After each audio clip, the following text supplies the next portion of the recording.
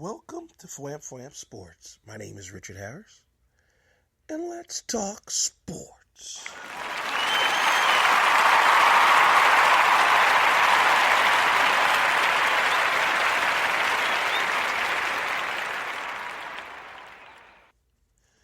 Yesterday afternoon, Tracy Mcgrady was on a TV show called The Jump, where they talk about NBA action, hosted by one beautiful Rachel Nichols. And Tracy Mcgrady made a comment about Steph Curry winning the league's most valuable player in unanimous fashion, saying that the NBA today is watered down. And so today I've been listening to every TV show that I usually watch in the morning talk about his reaction, and listening to how all of the ESPN people so far have disagreed with Tracy Mcgrady, how the players, Charles Barkley, completely agreed with Tracy Mcgrady. And I'm sitting here like wondering, what are the ESPN people watching? And I love how they throw out the 10 best players' names in the league. They say Westbrook, what about Durant, what about LeBron, what about Paul George, what about Blake Griffin, what about Chris Paul? And I'm saying to myself, you name players that are great players. You can name 10 players, no question, off the top of your head, who could play in both eras. No question. In any era, no question. But then do you ask yourself this question? How many points a game would Shaq have averaged had he played in this era? How many points a game would Magic have averaged if he played in this era? How many triple doubles would he have had? Larry Bird, Michael Jordan. Michael finished his career averaging 30 points a game in an era where they grabbed, they held, they pushed, they elbowed. You didn't get fined for it until later on in his career. How many points a game would Alex English have averaged in this era? You don't even know who Alex English is, do you? Dominique, Bernard King. I mean, I haven't even mentioned David Robinson, Olajuwon, Shaq, Patrick Ewing, Karl Malone, Kevin Johnson, Isaiah Thomas, Joe Dumars. Vince Carter, Grant Hill.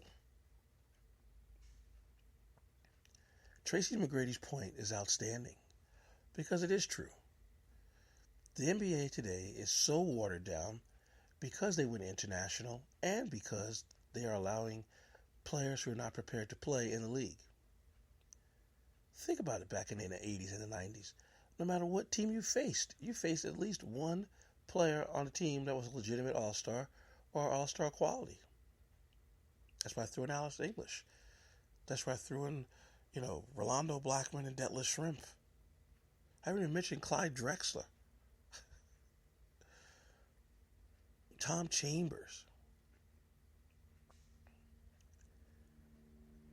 This era of basketball is a bad era of basketball. I've been saying that for the last 5 years. Because essentially, there's no development of players. And the game has become so international where you have big guys and little guys shooting balls 26 feet and beyond. And yeah, they're making the shots. But it's just a different game. It's not the same game. Back in the days when Tracy came into the league, yeah, there was a center, there was a power forward. You closest to the basket, you make shots. And if you had 3-point shooters, they were the guys who would bail you out when the shot clock was going down. I already mentioned Reggie Miller, Chris Webber. Think about that. All the teams today that are in this league right now, 30 teams, right? You name all the top players in the league. You probably would name the people I named before, right? And then most of the team players are all on the Western Conference teams. In the Eastern Conference, who do you have in the Eastern Conference? Carmelo on the terrible Knicks team. Philadelphia, you don't have anyone. Orlando, really?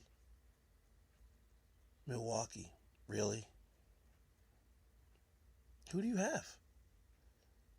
You don't have anybody. Brooklyn, you say Brook Lopez is an all-timer. He'd be able to guard Ewing, Robinson. He's not a Hall of Fame player. Atlanta Hawks. Atlanta Hawks has a couple good players. Al Horford, Paul Millsap. But they're not Hall of Fame type players. They're not all-stars. In the 80s and the 90s, and even early 2000s, you had at least the balance of power was not as shifted as it is in the West. In the East, the Knicks had good players. The Pacers had good players. Cleveland had good players. Atlanta had good players. Detroit had good players. The Boston teams had good players. Even, New Jersey Nets had good players. Chicago. I mean, obviously Orlando had Shaq before Shaq went to the East Coast. Philadelphia had Iverson. And it's not sour milk either, or sour grapes. It's just a fact. Think about the teams today. Sacramento has Rajon Rondo, Boogie Cousins, and Rudy Gay. 3 guys who've been all-stars before. One guy has won a championship. Cousins is the best center in the league. Gay is just an underachiever, but he's represented our country. And they're terrible. Look at Phoenix. Phoenix is terrible. Are you trying to tell me Phoenix is a team to gauge this off of? Look at the Lakers. The Lakers. Kobe Bryant was still the best player on the team on one leg. And so, as I watched Le Batard and Bomani Jones, and I've heard earlier Stephen A. Smith and Skip Bayless make their comments, are you watching basketball, or are you just trying to save face because the NBA is a part of the ESPN and the league doesn't want you to besmirch their product? Because it's a terrible product. Look at the Philadelphia 76ers, folks. Some idiot earlier this year voted Executive of the Year somebody from the 76ers. They've had 3 number 1 picks. Nerlens Noel, Joel Embiid, and Okafor. And they're still going to be in the lottery again this year. The talent is unproven. What Steph Curry did this year was outstanding. He became a special player in the fact that he broke his own records. But here's the simple facts, folks. Players today are playing a different type of basketball. I have seen professional basketball players play in the playground. I've seen them practice. I know they have unlimited range, just as he does. But back in those days, the goal was to get the ball closer to the basket to score. It didn't matter if you could shoot. I've seen Chris Mullin light people up. But he played in a league where it was get the ball to your big guy inside. He gets double teamed. He'll kick it out to you for a 3. Or try to score the basket himself. Olajuwon. Remember against the Houston Rockets? They cheated out on Olajuwon. He kicked it back out to Kenny Smith. Kenny Smith, Sam Cassell, shot the lights out. Steph deserved to be the MVP. Unanimous, yes, because they won 73 games. And a lot of it had to do with him. If that's the argument, I buy it. But the fact that people think this is good basketball now is asinine and embarrassing. If this basketball is so good, then why yesterday on one of the shows the topic was the Miami-Toronto series, the games are so close but they're terrible games to watch?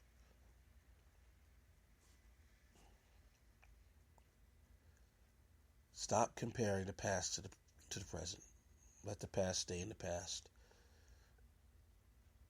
You're not going to find another Michael Jordan in this era. He's gone. His name is Kobe. He's gone.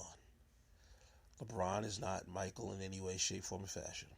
LeBron is just LeBron. Steph is just Steph. Let them be themselves. But in terms of that statement that Tracy McGrady made, he couldn't be more right. And for people who know this game supposedly to disagree with it, either they're just, like I said, towing the company line and not being objective at all. Because if you're trying to tell me that if you name the best players in the Eastern Conference, they all come from 2 teams. They come from 3 teams. And that's supposed to make the Eastern Conference basketball really solid. And if you can't conclude by saying, how many points would Michael Jordan average during this era? With no centers in the lane, no one touching him. How many points would Allen Iverson average in this era? Without not being able to hand check him, no centers to stop him, no one to knock him down. And if you come away saying, well, the same amount he averaged in his career, or you don't think his numbers would have improved, then you're not being objective. You're being stubborn. But that's just one man's opinion.